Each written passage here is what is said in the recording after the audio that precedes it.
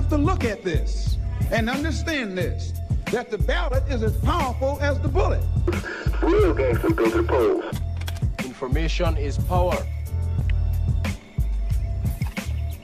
If you don't have the information, one cannot seize power.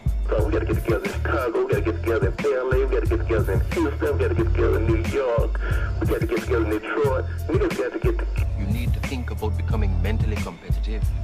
Not the regular people in the street. I'm talking about street niggas. I'm talking about niggas that call themselves gangsters. I have to look at this and understand this, that the ballot is as powerful as the bullet. Going to make the difference. You know, that's that sleeping giant. That's that 40% apathetic vote within our black community. You need to think about becoming mentally competitive. I don't weak that sleeping giant. You play it and you play it to win, because in the real world, no one wants to hear excuses or empty rhetoric. No. They want to know you have a plan. Okay, what is your name? Lynette McELHANey. I'm president of the Oakland City Council, candidate for re-election for the District 3 seat. Let me see. And which district is that?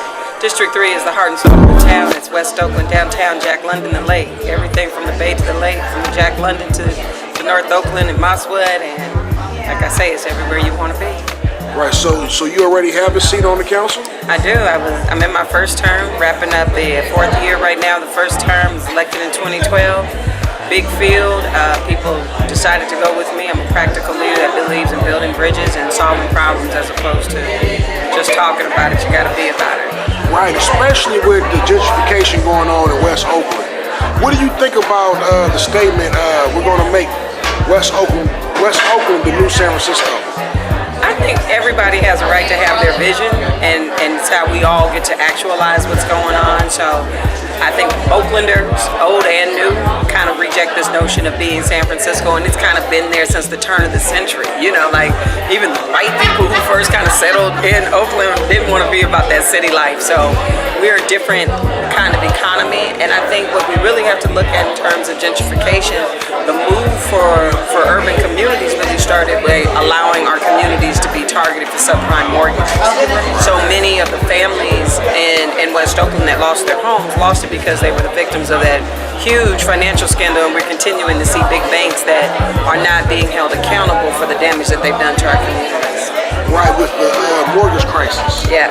I mean, it's amazing how many people have forgotten, like, when you see the people displaced on the streets, or you see a lot of that. I've met so many families of people struggling who lost their homes, and people say, well, they should have known better. No, they were targeted, actively marketed to, and we now have slapped the hands of these big banks, but the redemption never came to the families. I'm a housing counselor. I watched banks turn down my proposals to have families stay in their homes at a lower price point, at a price that was affordable, at a value that was above the then crash market value, and the banks would say no.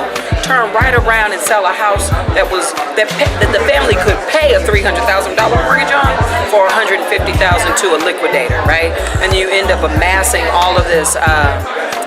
These owners that are out-of-towners, or they're big hedge funds, or doing all that kind of stuff. I've got one property owner that owns over 300 properties in West Oakland.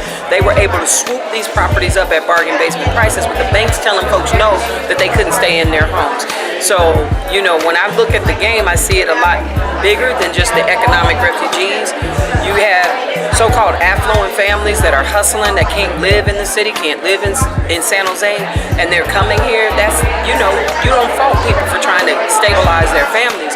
But what I look at is, what are the real pressures that are pushing people or enticing people, and what's really about that? And then how do I equip my families to be a part of the conversation, to maintain their family ownership? I'm working with a group of, I call them legacy owners now, a number of African American elders, trying to help them position those properties for next generation ownership, so that we can retain our diversity.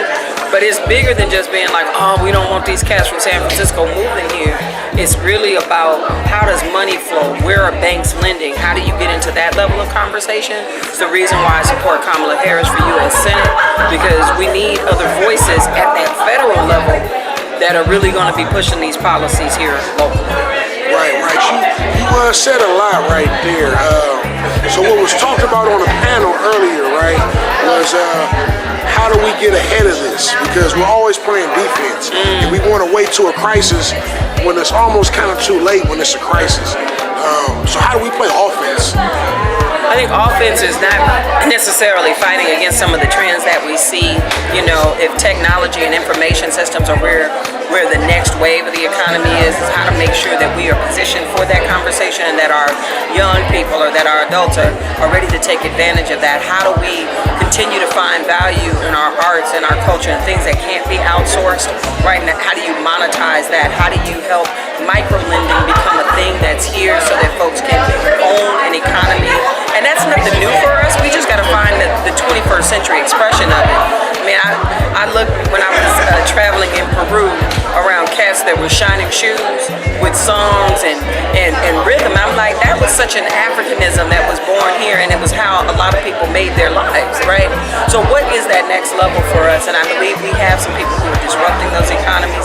It's about getting smart and sophisticated and not falling into the propaganda that people are given that forces us to be more consumer driven and not amassing wealth where we can. So we definitely got to have financial literacy within our families and individually. How do we protect our wealth? I know so many black families whose elders are dying, 60, 70 years old, and the kids who are college educated still don't know how to get their arms around the properties because families didn't leave wills and trusts and those kinds of things. So I think it's understanding the whole entire way in which the American system works, even as we move to democracy. But we who believe in freedom just cannot rest.